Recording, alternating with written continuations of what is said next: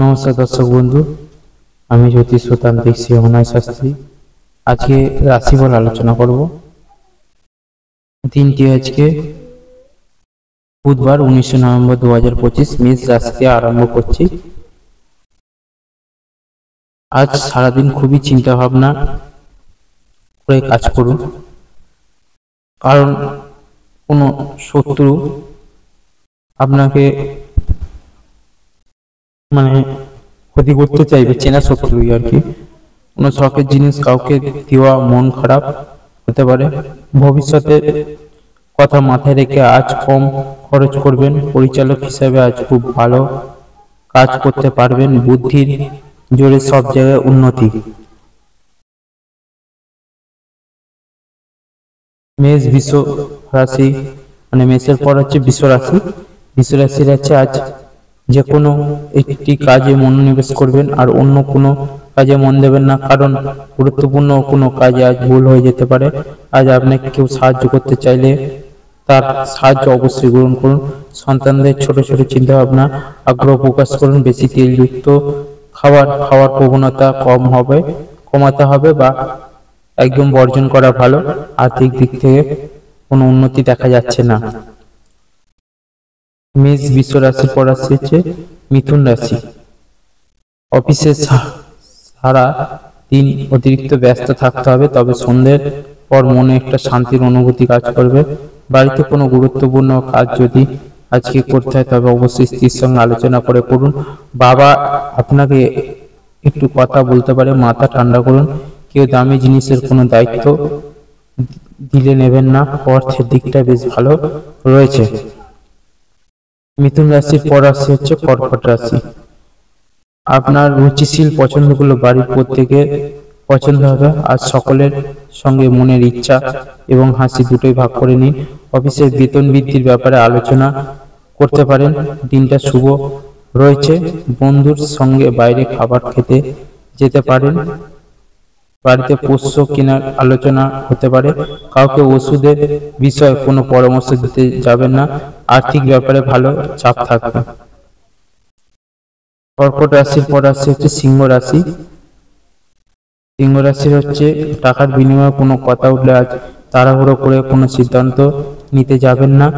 আজ আপনার কারোর প্রতি দয়ালু মনোভাব প্রকাশ করতে হবে। সন্তান কিছু আবদার করলে তা দ্রুত মেনে নেবেন না। রান্নায় খুঁত নিয়ে স্ত্রীর সঙ্গে কথা কাটাকাটি হতে পারে। জমানো কোনো টাকা ফেরত পেতে পারেন। বাড়িতে কোনো মাঙ্গলিক কাজ করার ইচ্ছা জাগতে পারে।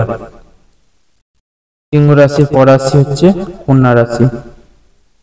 আজ মা বাবার কাছে কিছু আবদার করে দেখতে পারেন।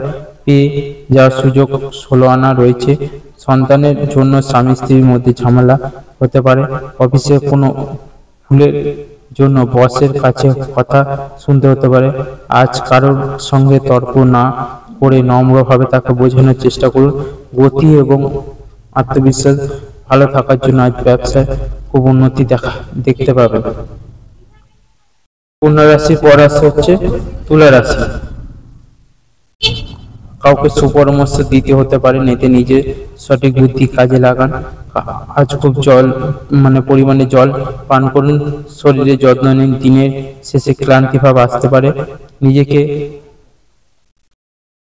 ধার দেওয়া অর্থ ফেরত চাওয়া অশান্তি হতে পারে।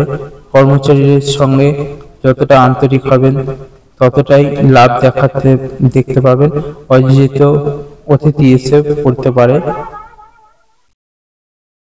তুলা রাশির পর হচ্ছে বৃশ্চিক রাশি।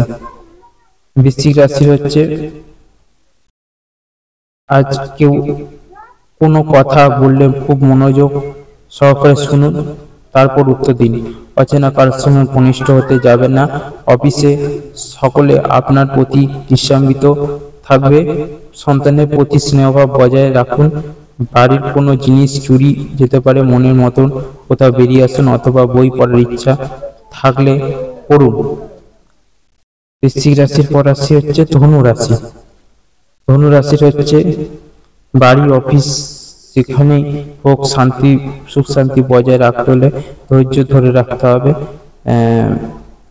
আজ কারোর সঙ্গে বিশেষ করে খুব কম দিনের বন্ধু যে কোনো